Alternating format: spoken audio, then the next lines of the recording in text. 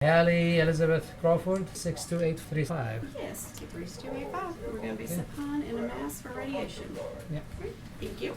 Thank you. So when Hallie was diagnosed in 2011, pathologists kind of argued over what her tumor was.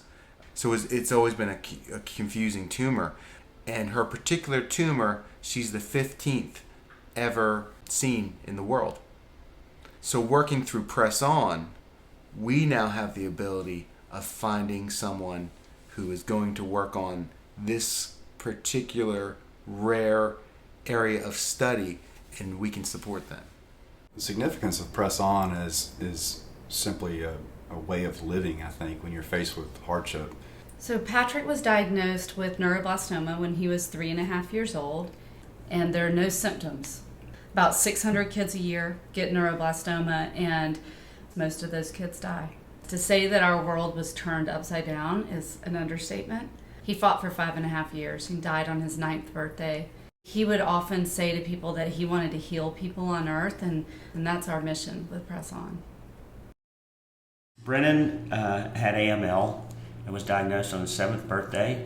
Long story short, he relapsed within a few months of the first transplant. There were really two main options, that we could see him as a victim, or we were going to do whatever we could to create something out of this. He actually ended up in ICU on a ventilator. We had last rites. All the doctors came and told him goodbye. But Brendan's like, "Why are you telling me goodbye?" It was tough, but he put him on the vent, but he made it through. When he came out, he was in remission. He's in school and playing golf, and he's a kid again. What I like about joining Press On is you have 3 families that have banded together. They understand that parents are going to have to join together in order to make a difference in childhood cancer treatment.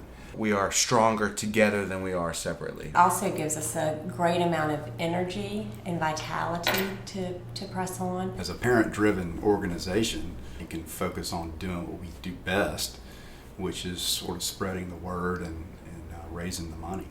It just shows how broad the spectrum is of need in regard to pediatric cancer research. Each of the children have had a very specific battle.